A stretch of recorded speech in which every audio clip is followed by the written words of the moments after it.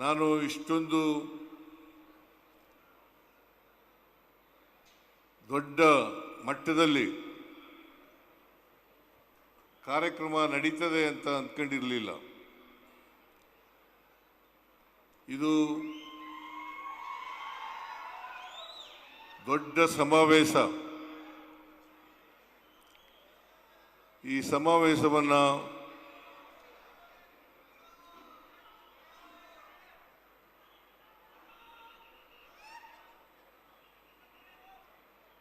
ಸಮಾವೇಶವನ್ನು ಆರ್ಗನೈಸ್ ಮಾಡಿದವರು ಶ್ರೀ ಕೃಷ್ಣ ಬೈರೇಗೌಡ ಮತ್ತು ಶಿವಾನಂದ ಪಾಟೀಲ್ ಮತ್ತು ಜಿಲ್ಲೆಯ ಮತ್ತು ಬೇರೆ ಬೇರೆ ಜಿಲ್ಲೆಗಳ ಪಕ್ಕದ ಜಿಲ್ಲೆಗಳ ಶಾಸಕರುಗಳು ಮತ್ತು ಜಿಲ್ಲಾ ಮಂತ್ರಿಗಳು ಅವರಿಗೆಲ್ಲರಿಗೂ ಕೂಡ ಸರ್ಕಾರದ ವತಿಯಿಂದ ಧನ್ಯವಾದಗಳನ್ನು ಹೇಳಲಿಕ್ಕೆ ಬಯಸ್ತಾ ಇದ್ದೇನೆ. ಗೃಹಲಕ್ಷ್ಮಿ ಯೋಜನೆಯಡಿ ರಾಜ್ಯದ 1,24,00,000 ಯಜಮಾನಿಯರ ಖಾತೆಗೆ ಪ್ರತಿ ತಿಂಗಳು 2,000 ರೂಪಾಯಿ ನೇರವಾಗಿ ಜಮೆಯಾಗುತ್ತಿದೆ. ಇದು ಮಗುವಿನ ಶಿಕ್ಷಣಕ್ಕೆ ನೆರವು, ಅನಾರೋಗ್ಯದ ಸಮಯದಲ್ಲಿ ಆಪದ್ಬಾಂಧವ, ಗೃಹಿಣಿಯರ ಕೈಗೆ ಸಿಕ್ಕ ನಿಜ ಆರ್ಥಿಕ ಸ್ವಾತಂತ್ರ್ಯ. ನಾವು ನುಡಿದಂತೆ ನಡೆದಿದ್ದೇವೆ, ನಿಮ್ಮ ಪ್ರೀತಿ ವಿಶ್ವಾಸವನ್ನ ಉಳಿಸಿಕೊಂಡಿದ್ದೇವೆ. ಗ್ಯಾರಂಟಿ ಸರ್ಕಾರಕ್ಕೆ 1000 ದಿನಗಳು, ನನಸಾಗಿದೆ ಕೋಟಿ ಕನಸುಗಳು.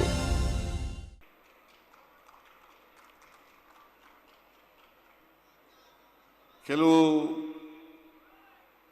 ತಿಂಗಳುಗಳ ಹಿಂದೆ ಹೊಸಪೇಟೆಯಲ್ಲಿ ಇಂಥದೇ ಕಾರ್ಯಕ್ರಮವನ್ನು ಮಾಡಿದ್ರು. 2 ವರ್ಷ ತುಂಬಿರ್ತಕ್ಕಂಥ ಕಾರ್ಯಕ್ರಮ. ಅವತ್ತು ಕೂಡ 1,00,000ಕ್ಕೂ ಹೆಚ್ಚು ಹಕ್ಕುಪತ್ರಗಳನ್ನು ಕಂದಾಯ ಇಲಾಖೆಯಿಂದ ನಾವು ವಿತರಣೆ ಮಾಡಿದ್ದೋ ಅಂತಕ್ಕಂಥ ಮಾತುಗಳನ್ನು ಈ ಸಂದರ್ಭದಲ್ಲಿ ಹೇಳಲಿಕ್ಕೆ ಬಯಸ್ತಾ ಇದ್ದೇನೆ. ಇವತ್ತು ಕೂಡ 1,00,000ಕ್ಕೂ ಹೆಚ್ಚು ಕುಟುಂಬಗಳಿಗೆ ಹಕ್ಕುಪತ್ರಗಳನ್ನು ವಿತರಣೆ ಮಾಡ್ತಾ ಇದ್ದೇವೆ. ಒಟ್ಟು 2,20,000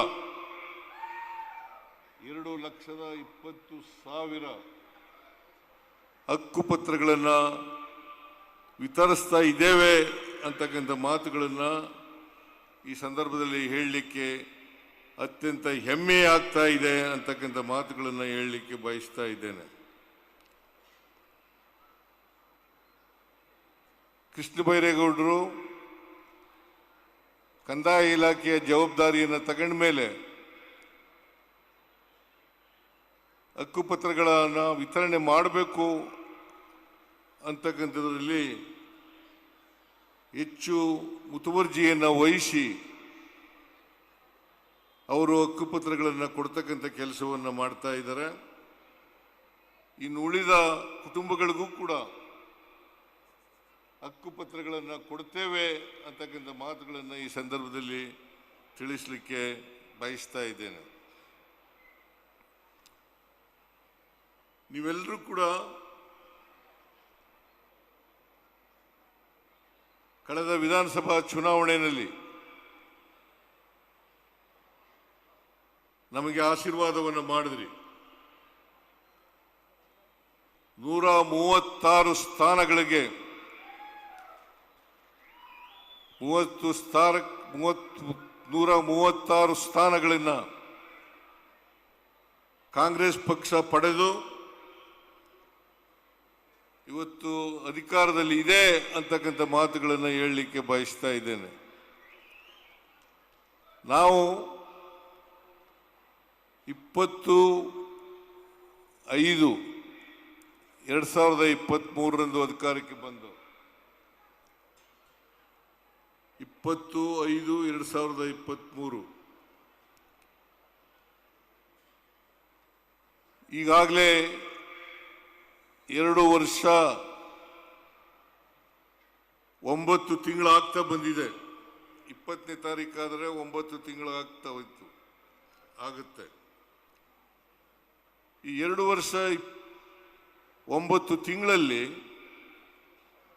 ನಾವು ಏನು ಮಾತು ಕೊಟ್ಟಿದ್ದೋ ಚುನಾವಣಾ ಸಂದರ್ಭದಲ್ಲಿ ಆ ಮಾತುಗಳನ್ನು ಈಡೇರಿಸ್ತಕ್ಕಂಥ ಪ್ರಾಮಾಣಿಕ ಪ್ರಯತ್ನವನ್ನು ಮಾಡ್ತಾ ಇದ್ದೇವೆ ಅಂತ ಹೇಳಿದ್ರೆ ಅದು ಅತಿಶಯೋಕ್ತಿ ಆಗಲಾರದು ಅಂತಕ್ಕಂಥ ಮಾತುಗಳನ್ನು ಹೇಳಲಿಕ್ಕೆ ನಾನು ಇಚ್ಛೆ ಪಡ್ತಾ ಇದ್ದೇನೆ. ನಾವು 590 ಭರವಸೆಗಳನ್ನು ಚುನಾವಣಾ ಪೂರ್ವದಲ್ಲಿ ಕೊಟ್ಟಿದ್ದು.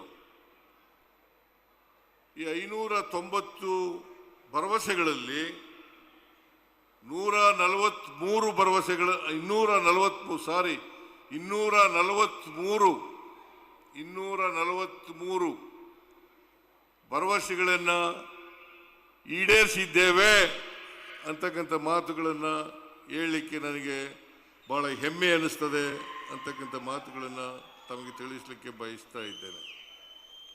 ಉಳಿದ ಅವಧಿನಲ್ಲಿ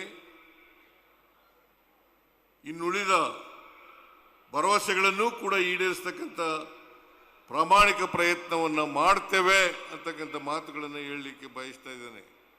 ಯಾಕಂದರೆ ನಮ್ಮ ಸರ್ಕಾರ ಪ್ರಣಾಳಿಕೆಯಲ್ಲಿ ಏನು ಭರವಸೆಗಳನ್ನು ಕೊಟ್ಟಿದ್ದೀವಿ, ಚುನಾವಣಾ ಪೂರ್ವದಲ್ಲಿ ಏನನ್ನು ಪ್ರಸ್ತಾಪ ಮಾಡಿದ್ದೀವಿ, ಆ ಎಲ್ಲ ಭರವಸೆಗಳನ್ನು ಈಡೇರಿಸ್ತಕ್ಕಂಥ ಪ್ರಯತ್ನವನ್ನು ಮಾಡ್ತೇವೆ. 2013ರಿಂದ 2018 ನಾವು ಅಧಿಕಾರದಲ್ಲಿ ಇದ್ದೋ. ಆ ಅಧಿಕಾರದಲ್ಲಿ ಇದ್ದಾಗ 165 ಭರವಸೆಗಳನ್ನು ಕೊಟ್ಟಿದ್ದೋ. 165 ಭರವಸೆಗಳಲ್ಲಿ 158 ಭರವಸೆಗಳನ್ನು ಈಡೇರಿಸಿದ್ದೇವೆ.